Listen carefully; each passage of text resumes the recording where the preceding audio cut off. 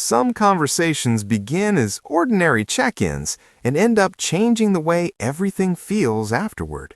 For Eamonn Holmes, one such conversation arrived quietly, without drama, yet carried a weight that lingered long after the words were spoken. Eamonn has always been known for his confidence, a familiar voice, a commanding presence, and a sense of humor that could fill any studio. He's spent decades making difficult conversations feel lighter, guiding audiences through serious topics with warmth and wit. But this time, the conversation wasn't for viewers, it was personal. Away from the cameras, Eamonn found himself facing a moment of uncertainty, one that prompted reflection rather than panic. It wasn't about headlines or speculation.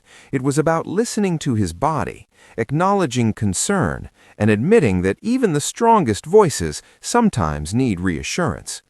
When he finally spoke about it, his words weren't dramatic, they were honest. He described a moment that made him pause, a moment that reminded him that health is not something to take for granted, no matter how busy life becomes.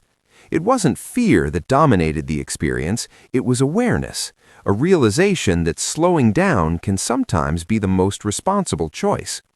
And standing beside him through that realization was Ruth Langsford. Ruth's reaction was immediate, instinctive, and deeply human. Concern didn't arrive as panic, but as care. Those close to the couple say her first response wasn't to ask questions, it was to listen. She watched him closely, offering reassurance in small, meaningful ways that only someone who knows you deeply can provide. Their relationship has always been rooted in partnership, not just shared careers or public appearances, but real-life rhythms, early mornings, late nights, inside jokes, and the quiet understanding that comes from years spent together. In moments like this, that foundation mattered more than ever. Eamonn later joked that Ruth became his unofficial manager, gently reminding him to rest, teasing him when he tried to brush things off, and making sure he didn't turn concern into stubbornness. Humor, as always, played its role. Laughter softened the edges of worry, turning heavy moments into shared ones. There was romance in that care.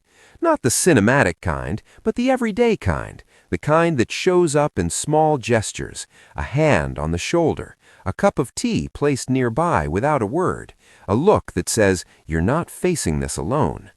Friends noticed that during this time, Eamonn seemed more reflective, still funny, still sharp, but with an added layer of appreciation. He spoke more openly about gratitude, about the importance of balance, about how easy it is to overlook the simple gift of feeling well when life is moving fast. Ruth, in her calm and grounded way, helped keep everything in perspective. She reminded him that acknowledging concern doesn't mean expecting the worst. It means respecting the present. It means choosing care over denial and awareness over worry.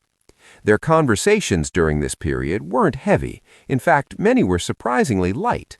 They talked about future plans, teased each other about old habits, and laughed about how neither of them was particularly good at sitting still.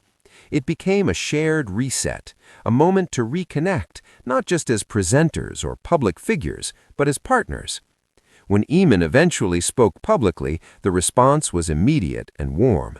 Messages of support poured in, not because people were alarmed, but because they recognized something real, a reminder that everyone, regardless of status, experiences moments that prompt reflection. What resonated most wasn't the concern itself, but the way it was handled, with calm, with humor, with love. Eamonn emphasized that the experience didn't change who he is, it simply reminded him of what matters. He spoke about listening more carefully, about not pushing through everything out of habit, and about appreciating the people who notice when you need to slow down, even before you do. Ruth's role in that journey didn't go unnoticed. Her quiet strength, her steady presence, and her ability to balance seriousness with warmth became the unspoken center of the story. She didn't seek attention, she simply showed up, again and again. There's something deeply reassuring about that kind of partnership, the kind where concern doesn't turn into fear and love doesn't need grand speeches. It lives in consistency, humor, and trust. In the end, this wasn't a story about worry. It was a story about awareness, about choosing care, about two people facing uncertainty, not with alarm, but with unity. Eamonn returned to his familiar rhythm with a renewed sense of appreciation. Ruth remained, as always, his steady counterpart, ready with encouragement, honesty, and the occasional gentle reminder not to overdo it. Their story offers a quiet lesson that health conversations don't have to be frightening, that concern can be an act of love, and that sometimes the moments that make us pause end up bringing us closer to the people that matter most. If this story made you think about the importance of listening to yourself or to someone you care about, take a moment to appreciate those connections, because often it's not the loud moments that shape us, but the quiet ones shared with understanding and love.